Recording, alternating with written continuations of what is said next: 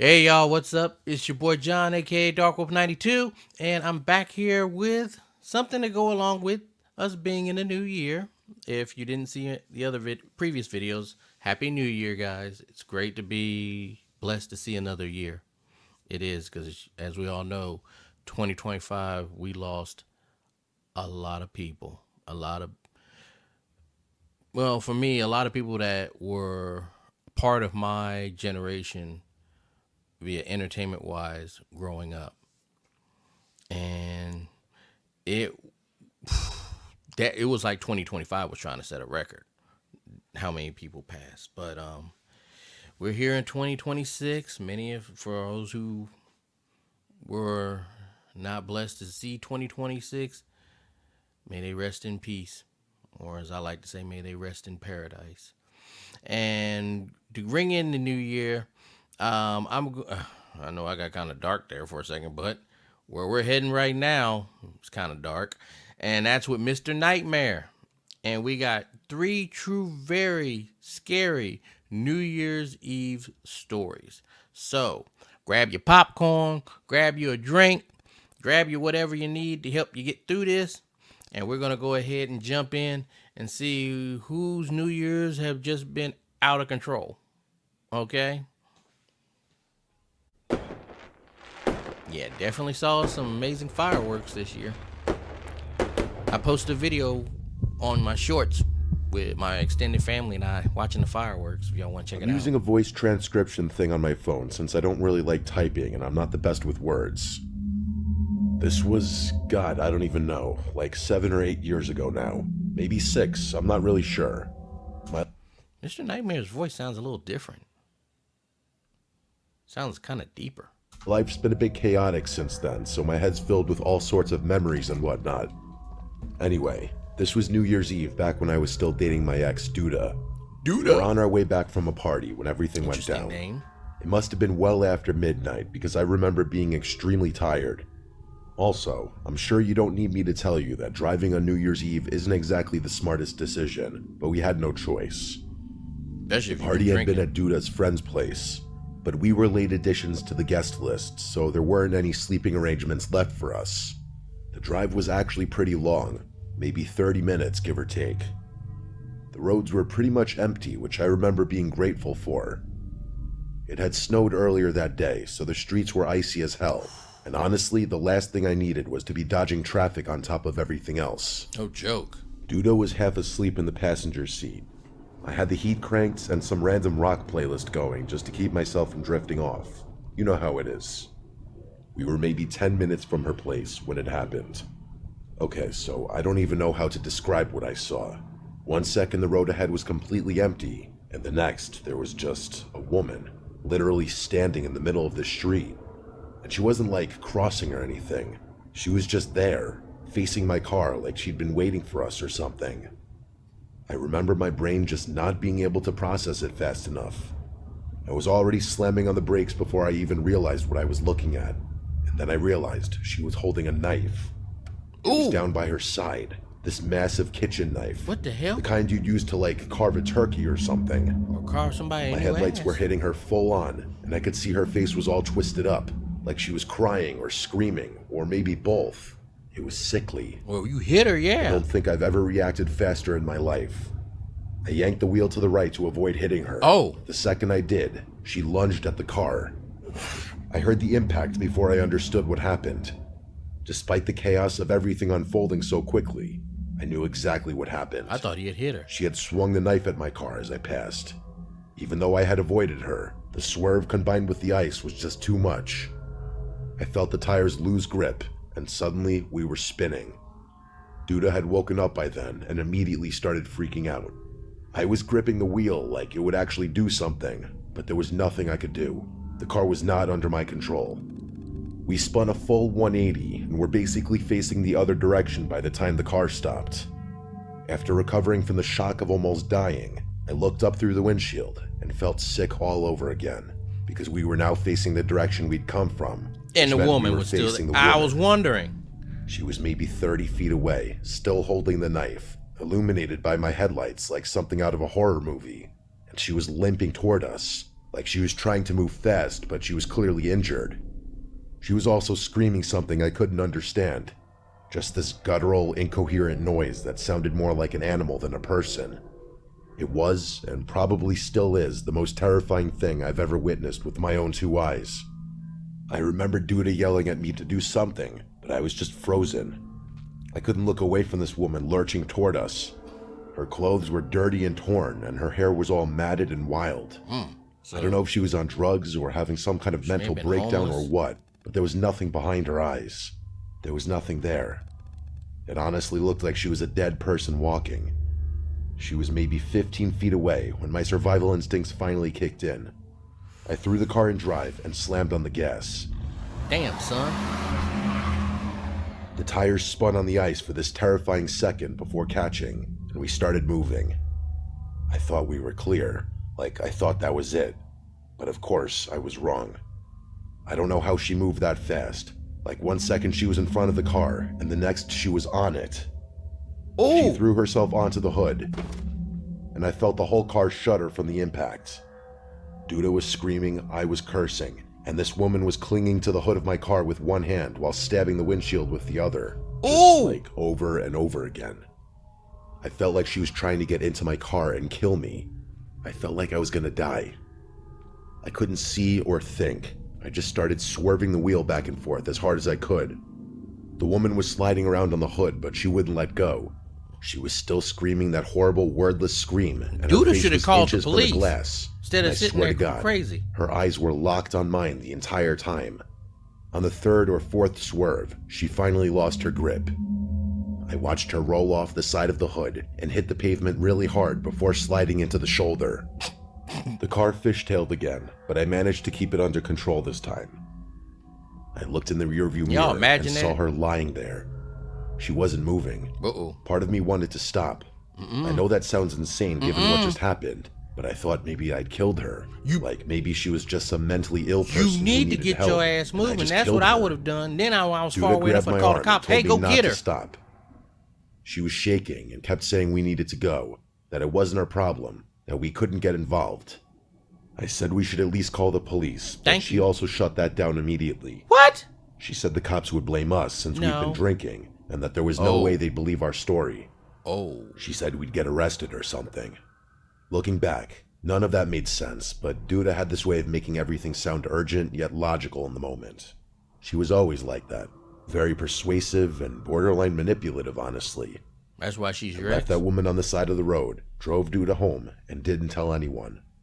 I still feel sick thinking about it. The damage to my car wasn't even that bad. Just the cracked windshield, the knife marks on my driver's side window, and a few scratches on the hood. Surprisingly, there wasn't even any blood on the car. I got it fixed like a week later, but the guilt stuck with me for months. You should have called the cops. I kept checking the local news, waiting to see a story about a body found on that road, or a missing woman or something, but nothing ever came up. I don't know if that made me feel better or worse, honestly. Part of me wonders if she got up after we left and just walked off into the woods or something. Part of me doesn't want to know. The thing that really messed with me, though, was Duda. She acted like nothing happened. Like within a couple days, she was back to her normal self, making plans, going out with friends, whatever. I brought it up once, and she got annoyed with me, telling me I was being dramatic, and that we did what we had to do. I remember just staring at her and thinking like, how can you be so cold about this? A woman tried to kill us, and we might have killed her, and you're willing to just forget about the whole thing? We broke up a few months later for unrelated reasons. Well, mostly unrelated.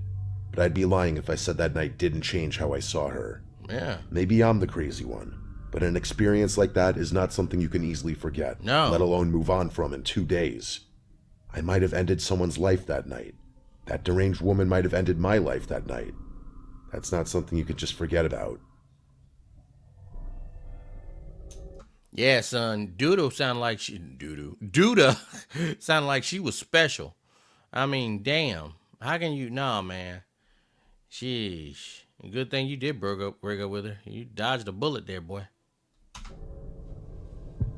But yeah, that's just crazy, man. Stand out there in the middle of the road frozen with a knife. I went to Cal Berkeley for undergrad, It's where I met one of my closest friends, a guy named Garrett. His real name is Guo, but when we first met freshman year, he introduced himself by his quote, American name, and it just stuck. He's originally from Hong Kong, came to the States to study computer science, and is genuinely one of the smartest people I've ever known. After grad, we went our separate ways geographically. I moved to New York for work, and he went back to Hong Kong for the same reason. We're both in our late 20s now, both doing pretty well career-wise, both single. We try to see each other at least once or twice a year, whether that's him flying out to visit me or me taking a trip to Asia. Hey, I'll take a trip. I know it's pretty fortunate to be able to travel so frequently, so I never take that for granted.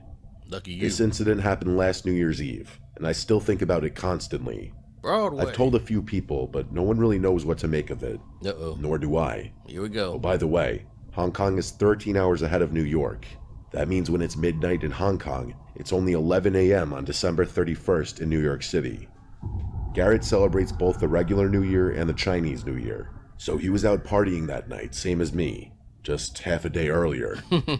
I spent New Year's Eve with my two closest friends in the city, Rylan and Ari. We started at Rylan's apartment for drinks, then made our way to this rooftop party in Williamsburg that one of Aris's coworkers had invited us to. It was honestly pretty fun and decently upscale, at least for Brooklyn. That's a hell of a view right there. Around 11:30 or so, I started talking to this girl. She was standing near the bar by herself, and I honestly just walked up and introduced myself. We hit it off immediately. She had this energy about her that I can't really describe. Super easy to talk to, funny, engaging. We talked for maybe 5 minutes before she pulled me onto the dance floor. Her name was Maitreyi. I remember asking her to repeat it because I'd never heard it before. Damn subtitle said my tree. Ooh, Google, you suck. She laughed and told me everyone just calls her my tree because that's basically how you pronounce it. Shh. I thought that was kind of charming. I apologize, Google. She pulled out a pen and spelled it for me on my hand just in case I, quote, forgot. Things escalated quickly from there. We danced, talked some more, and kissed at midnight. By around 12:30, she asked if I wanted to get out of there. So we grabbed an Uber back to my place in the East Village. I'll skip the next few details, but I will say it was a great night. I bet it We was. stayed up talking for a while afterward, and I learned a decent amount about her. Here's everything I remember. Oh. She was originally from San Diego. Okay. She was an artist, more specifically a painter, and she mentioned she used to do graffiti and murals before transitioning to more traditional stuff. Her middle name was Mia, which was also the name of one of her cats. The other Mia's a cat was pretty named name. Cosmo. Her birthday was April 28th. Her best friend growing up was from some tiny town in Germany called Hillesheim. Her dad was a patent lawyer. These are random details, I know. Damn, They you get become good important memory later, remembering that. trust me. At some point, she mentioned her clothes smelled like the bar, so I threw them in the wash for her. She borrowed one of my t-shirts to sleep in. We fell asleep not long after that. I can't remember really what time it was. When I woke up the next morning, she was gone. At first, I didn't think much of it. People leave after hookups, it happens. I figured she slipped out early to avoid any awkwardness, which was fine. But then I started noticing things that didn't Like, you noticed things that were missing? add up. The first thing was my apartment door. I have a standard lock that you can only lock from the outside with a key, meaning it doesn't auto-lock. When I got up to use the bathroom, I noticed the lock was still engaged, which meant either she had somehow locked it from the outside without a key, or she'd never left at all. But both of those were impossible scenarios. I checked the rest of the apartment. My place isn't big. Did you find One your bedroom, t-shirt? one bathroom, a living room, a small kitchen. There's no second exit.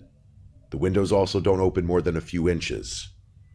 I even searched my closet like an idiot, as if she might be hiding in there, but she wasn't. The impossibility of the situation made me start questioning my sanity. I started wondering whether my drunken state had caused me to imagine the whole encounter entirely. I kept pacing around my apartment frantically, as if she would just appear out of some corner and reset everything back to normal. Her clothes were also gone from the dryer, which added to the mystery, and the shirt I lent her was nowhere in sight, proving that she had slept over. Okay. but she was nowhere. I stood there for a while trying to figure out what the hell had happened, but no explanation I could come up with made sense. To make matters worse, I soon realized that I never got her number, or any form of contact at all for that matter. So she stole your For t-shirt. the rest of the day, I tried to piece together everything I could remember about her. The details I listed earlier, that's pretty much everything. She took a key. I kept repeating them in my head because I knew I'd forget eventually. She took a key. Later that afternoon, I randomly felt compelled to call Garrett. I don't know why exactly. It was just a super bizarre impulse that just kind of came out of nowhere. It wasn't like I had anything specific to tell him. I just had this weird urge to ring him. We caught up for a bit, talked about work, talked about our respective New Year's celebrations, the usual stuff. He seemed a little off though. Eventually I asked him what was wrong. He sighed and told me he met a girl the night before. They'd hit it off, gone back to his place, and she left the next morning without saying goodbye. No number or contact or anything, and he was bummed about it. I laughed and told him the exact same thing happened to me. Like, the exact same thing. But here's where things get really freaky. He told me her name was Maitreyi, like my tree. I felt this weird chill run through me. I asked him to describe her, and he started listing details. Everything matched up almost perfectly. Her birthday was April 28th, she was from San Diego, a painter who used to do graffiti. I cut him off before he could finish, and asked if she had a cat named Mia. That's when he went a little silent before saying yes. You could imagine what happened next. The two of us spent like 15 minutes just listing as many things as we could remember about her, and all of it lined up. It was actually kind of horrifying. It gets worse though. He actually had pictures with her, something I didn't have, and he showed them to me. It was the exact same girl, I'm 100% certain. We tried to rationalize it, but every explanation we could come up with was ridiculous. And here's the thing. Hong Kong is 13 hours ahead of New York. Garrett met her around 11 p.m. on December 31st, Hong Kong time. I met her at around 11:30 p.m. on December 31st, New York time. That's roughly a 12-hour difference, but a flight from Hong Kong to New York takes at least 15 hours, and it's usually longer, more like 16 or 17. Even if she had somehow gotten on a plane the second she left Garrett's apartment, she couldn't have made it to that rooftop party in Williamsburg in time. The math didn't work. It was literally impossible. And even if we ignore the flight time somehow, how would she have known to go to that exact party? How would she have ended up talking to me? How would she have known to use the same name, the same details, the same everything? She didn't start talking to you. You talked to her. I still don't have answers to any of these questions. Neither does Garrett. We've talked about it probably a dozen times since then, and we always end up at the same place. We don't know what happened, and we probably never will. Neither one of us saw that girl again. The thing that messes with me the most is how real it all felt. I know for a fact that she wasn't some drunken hallucination. I literally talked to her for hours.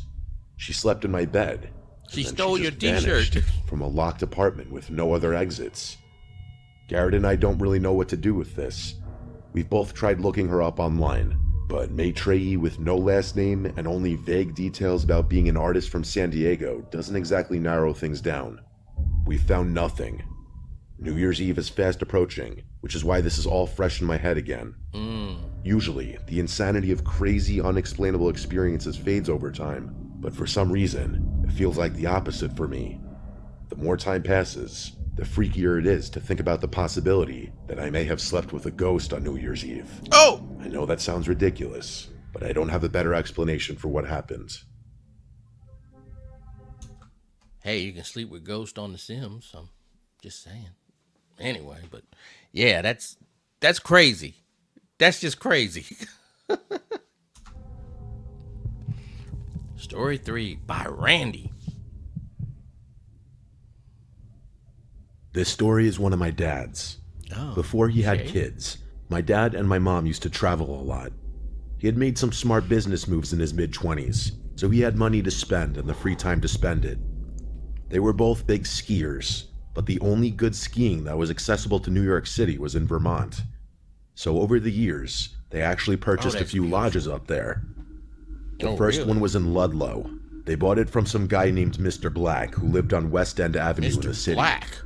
It was this old black shuttered place that my dad always referred to as the Black House. Oh. Partly because of the shutters and partly because of the previous owner's last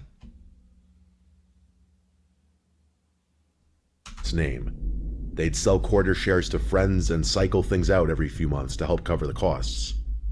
They kept the place for a few years before eventually switching to a second property.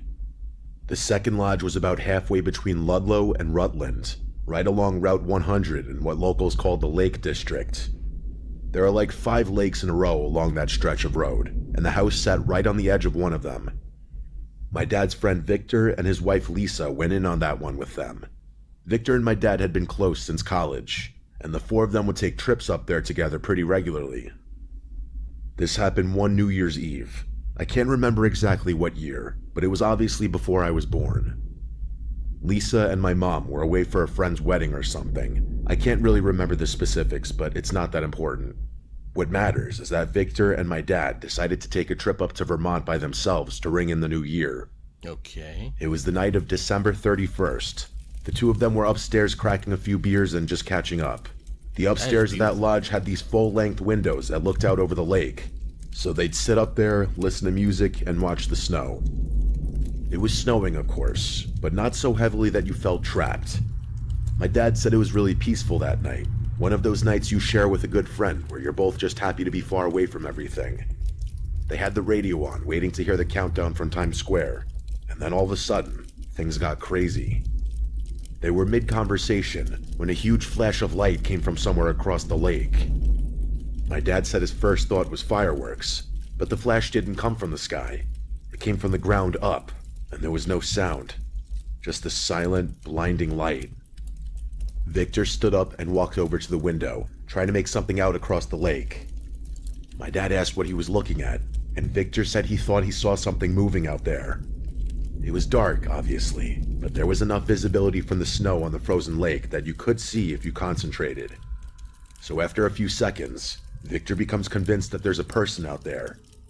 My dad told him that was impossible. There were no houses on that side of the lake. There were no trails, no roads, no anything. It was just pure woods on the other side of the lake. But Victor wasn't having it. He started throwing on his coat and boots, saying he was going to take a look. Here we go. My dad tried to talk him out of it, but Victor was already halfway down the stairs. I done went out too. Probably My dad strapped. grabbed his jacket and followed. Probably I would have been strapped. 2 of them burst out onto the back deck, and that's when they heard a voice. A young voice. It sounded like a little boy yelling help over and over again. My dad said it was faint at first, but unmistakable. There was definitely a child screaming for help somewhere out in that frozen lake. Oh, wow. It had been well below freezing for months, so the lake was completely solid, no question about it. My dad said they didn't even think twice. They just started walking across. As they got closer, they could make out a figure standing on the ice, maybe 20 or 30 yards off the far bank. It was small, a kid for sure. My dad said he could see the shape of him against the snow. But then there was another flash. My dad said it was so bright he had to shield his face and drop to his knees. He couldn't see anything for a few seconds. Then when he finally opened his eyes and looked up, the kid was just gone. There was nothing out there but empty ice and that snow. Sounds like a setup. My dad said that's when he and Victor went from curious to terrified. They turned around and started racing back toward the house. My dad said he was running as fast as he could without slipping. Victor was a few steps ahead of him when he suddenly yelled and pointed up at the house. He was saying there was someone in the window, but not an adult, a little boy. My dad looked up, but didn't see anything besides the dark glass reflecting the snow. Victor swore up and down that he saw a kid standing right there, looking down at them. My dad didn't know what to say. He just wanted to get inside. They made it back to the house and searched the whole place. Every room, every closet, every corner, but there was no one there. The doors were all locked and the windows were shut. There was no sign that anyone had been inside.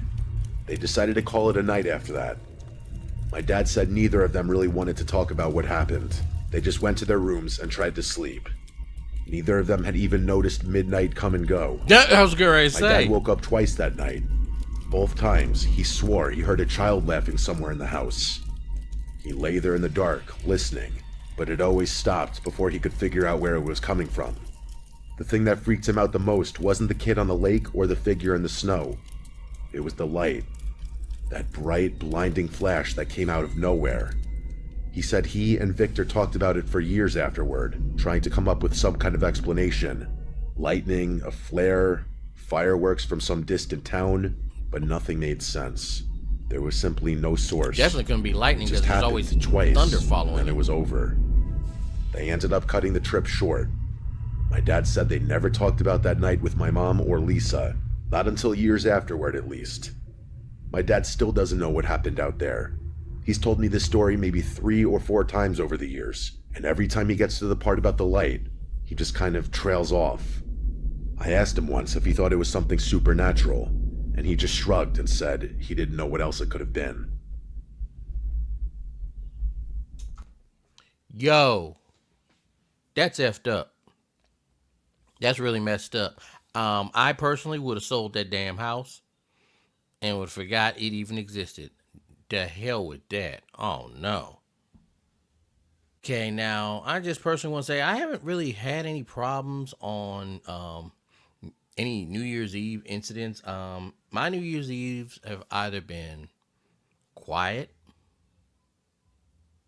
entertaining, or passed out drunk.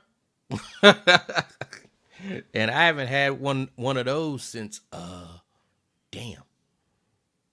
I would have to say passed out drunk New Year's Eve. I haven't had one of those since like 2002. But a lot of times with New Year's Eve, I normally would chill with friends and hang out. And later in my life, I've started where I would not go out. I would either spend it with some friends at home or I'd go to church. And it's kind of like what I did this New Year's. I spend it with my extended family, trying because as crazy as things are out there today in this day and age, people crazy. Sadly, here in Houston, there was a New Year's Eve party where several people got shot. So I mean, that's not a way to start out the year. But pretty much the only thing crazy I'd have to say was probably when I got woke up at like 5:30 in the morning, and it was my buddy, one of my close buddies, who I just call him Jay. He gave me a call and was checking on me.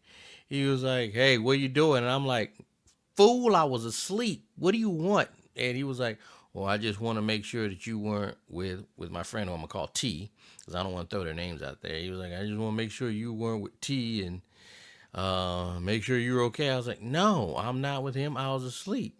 He goes, "Well, I just wanted to make sure you weren't in jail with him." I was like, "Wait, what?" And sure enough, this fool wound up getting locked up, put in jail.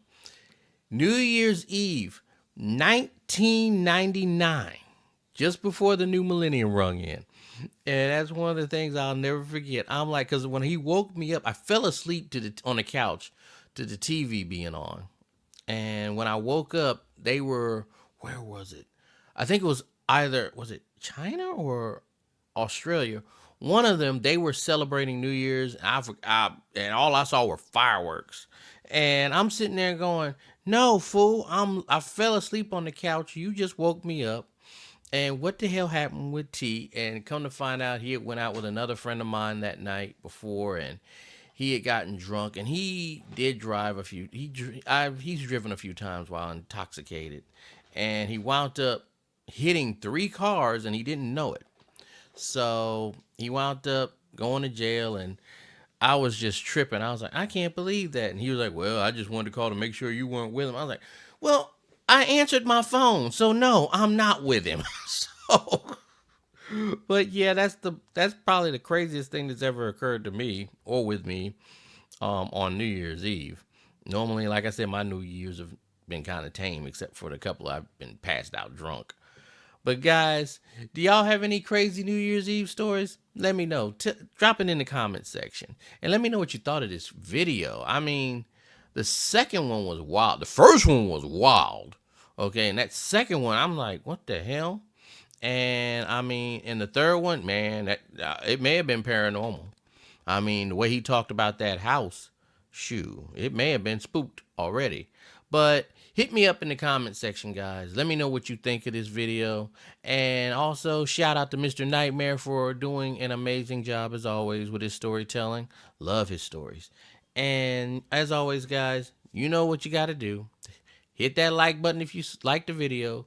And also, that helps me with YouTube. Please, please hit this like button to help get this channel in the algorithm. I'm so sick of YouTube and their crappy algorithm. Please help a brother out. Subscribe to the channel for that. Give your brother that support so I can hit that mark and get monetized and join that YouTube partnership, because trust me, that would really help me on my end. And also hit this notification bell so you guys know when these videos go up, okay? You all take care. Have a beautiful night. Stay blessed. And I will see you all in the next video.